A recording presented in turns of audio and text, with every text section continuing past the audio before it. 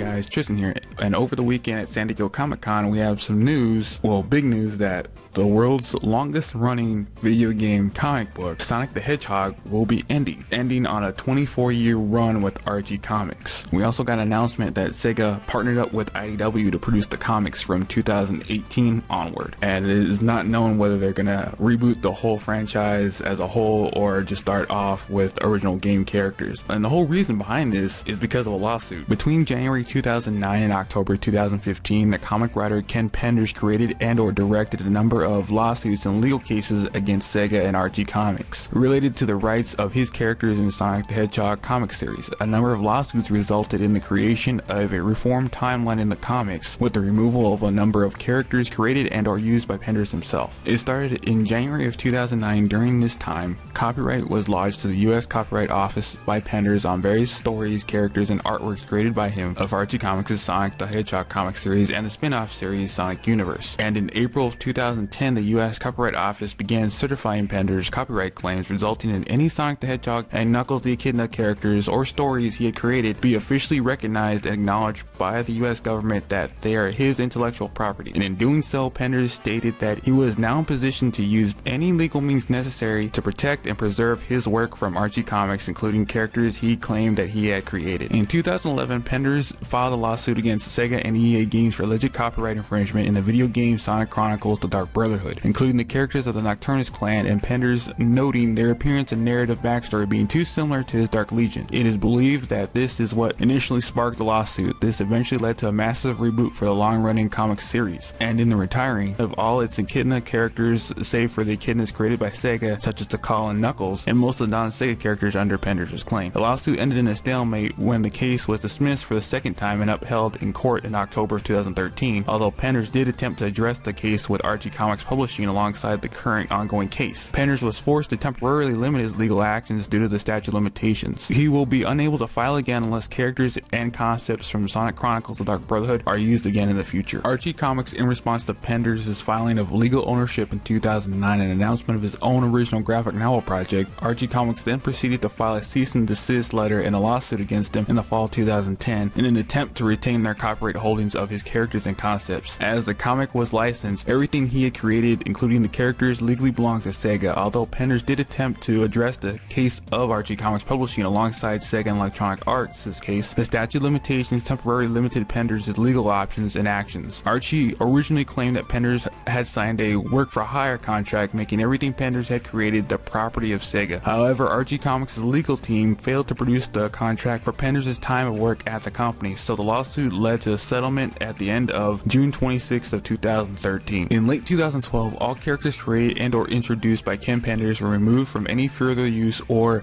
referencing Archie's Sonic the Hedgehog comic franchise due to the story arcs in production at the time in both Sonic the Hedgehog 243 to 246 and Sonic Universe 46 to 49 were heavily featured characters created by Penders. Both books were subject to sudden rewrites with changes in font, sometimes even mid-sentence, and art edits. Sonic the Hedgehog 242 to 246 were entirely rewritten to remove dozens of characters from the advertised Knuckles-centric story. Sonic Universe 46 to 47 replaced Rob O, the Hedgehog, and Marianne with a functionality similar to Bob Sparrow and Thorn the Loop, and most of the affected issues were subject to edited over art, ranging from removed characters to entirely redrawn covers. Additionally, Rob's removal forced the rewriting of Sonic Universe 46 entire off-panel. Additionally, reprinted material in books such as Sonic Super Special Magazine number 6 and Sonic Super Digest number 2 greatly deviated from the content advertised before their release. Both books advertised chaotic stories, namely the Return to Angel Island arc, which was intended to be a split up between the books. In Sonic Super Special Magazine 6, instead ran stories from the Iron Dominion story arc, and both books avoided reprintings of any other stories containing works by Ken Penders. The Digest also omitted Julie Sue and Saffron B entirely from the Chaotix profiles, and all Penders created locations on Angel Island were renamed on the included map to generic terms. Additionally, the stories that reprinted in the magazine edited most mentions of the Dark Egg Legion into Eggman's army. army, and an entire page featuring Ling Da was removed from Sonic the Hedgehog 209 reprint. In October of 2015, Ken Penders posted a tweet hinting at another lawsuit possibly directed at Archie Comics and or Sega, and asserted to the audience to not to blame him for what happens next, although it does not mention the opposition party members or Archie Comics, Sonic the Hedgehog character, or continuity specifically. It may be in regards to some comic book issue reprints by Archie Comics which either involves or possibly breaches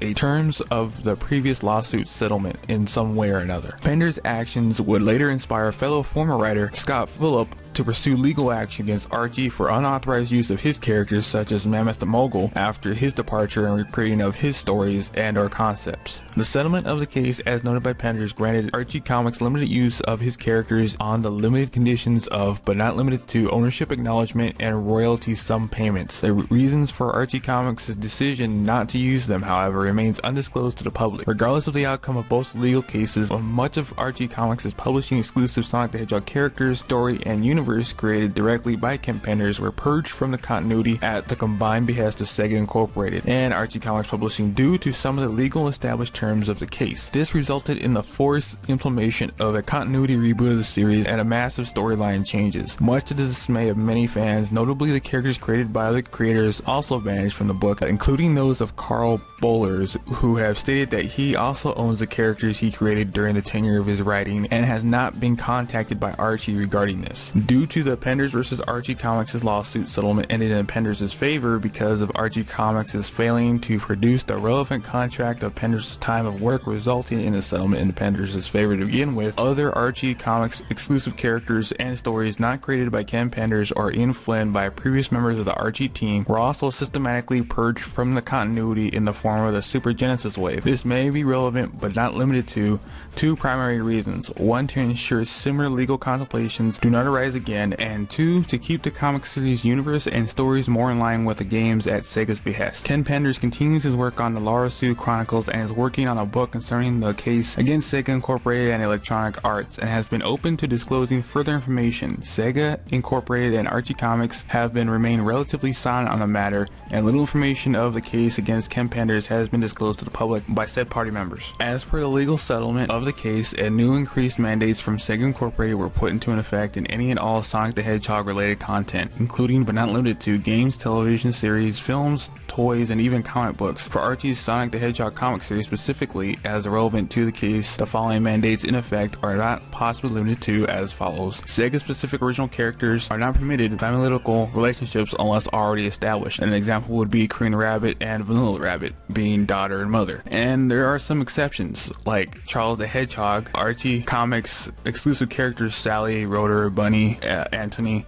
are permitted. However, use of Ken Penders' characters and any of his content from the pre-Super Genesis wave are forbidden, although settlement grants Archie Comics legal use of his creations under limited conditions. Reasons for not doing so are not disclosed to the public either by Archie Comics or Sega Incorporated at this time. Content from certain games are not permissible. Black Doom from Shadow the Hedgehog, and all characters and content with the exception of a Sega original characters from Sonic Chronicles The Dark Brotherhood. Replacing said characters with post-incarnations, however, is permissible. An example would be Maximilian Acorn is now Nigel Acorn. Archie Comics Publishing are forbidden from referencing Sonic the Hedgehog the movie, Sonic Underground, and Sonic X unless granted specific permission from Sega Incorporated. Archie Comics is forbidden to use the characters Dr. Eggman Nega unless specifically granted permission from Sega themselves. Sonic's home planet is no longer permitted to be referred to as Mobius, be it light, dark, prime, or otherwise. Only one Metal Sonic is permitted of appearance and no multiples. With the exception of the character Nicole, allowing affected characters to remember the previous universe, these memories are forced to fade and will be rendered irrelevant. Character depictions such as classic Sonic, Tails, Knuckles, and Eggman, or any other classic depictions of Sega's characters are not permitted unless permission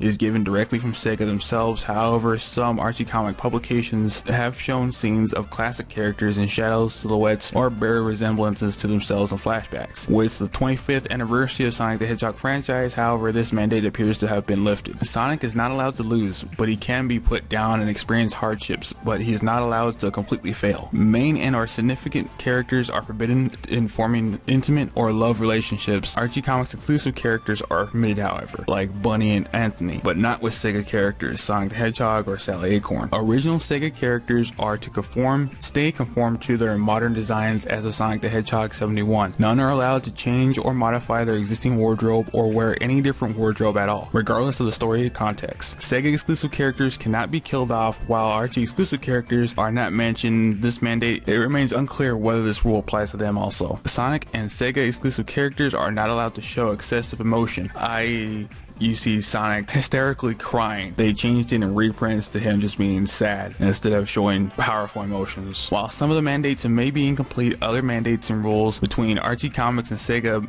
still exist but remain undisclosed to the general public due to either private or legal reasons. Some mandates established by Sega Incorporated may also have been present before the advent of Penders' legal case. A number of characters were permanently removed and are suspected permanently removed from the continuity due to the legal settlement as dictated by Archie Comics Sega Electronic Arts vs. Penders collective cases. A number of characters were permanently removed from the continuity due to the legal settlement, which will not return under any circumstances ruled by the settlement. These characters include over 200 original characters from Archie Comics that are not allowed to return in continuity. Also, with Sega's mandates, that there were several characters not made by Ken Penders. Some are no longer present in the continuity for reasons known or unknown to the public domain, as they do not belong to Penders. Such characters may return when the situation is deemed permissible by either Sega or Archie Comics. They include over 40 characters from the Super Genesis wave that are currently out of continuity for ending of Sonic the Hedgehog comic,